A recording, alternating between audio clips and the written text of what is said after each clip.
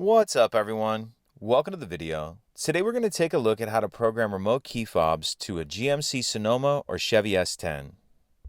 So what we're going to need in order to do this is all the key fobs that we want to work for the vehicle. That's going to include any that are already programmed to the S10, as they'll need to be reprogrammed during the procedure. So in this case, I have one working remote, and this remote is not programmed. In addition to all the fobs we want to work for the vehicle, we're also going to need an ignition key. So we want to be in the S10 with all the vehicles shut, and then I'm going to put the key in the ignition.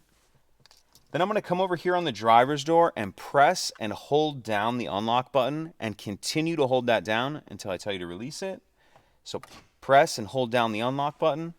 Now I'm going to turn the ignition from on to off quickly 2 times. On is as far as you can turn the ignition forward without actually starting the vehicle. 1, 2.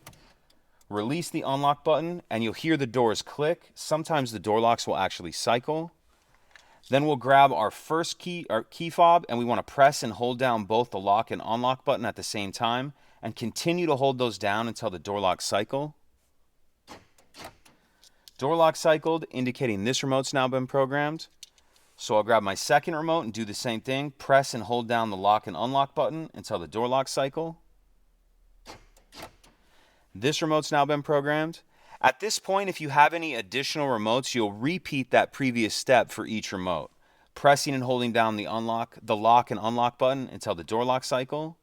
Once you're done adding remotes, you can turn the ignition to the on position to exit programming mode. And now let's remove the key and go ahead and test the remotes. That remote works, and that remote works as well. If you have any questions, please let me know. If you could take a second to like and subscribe, it helps us out, and I'd appreciate it. Thank you.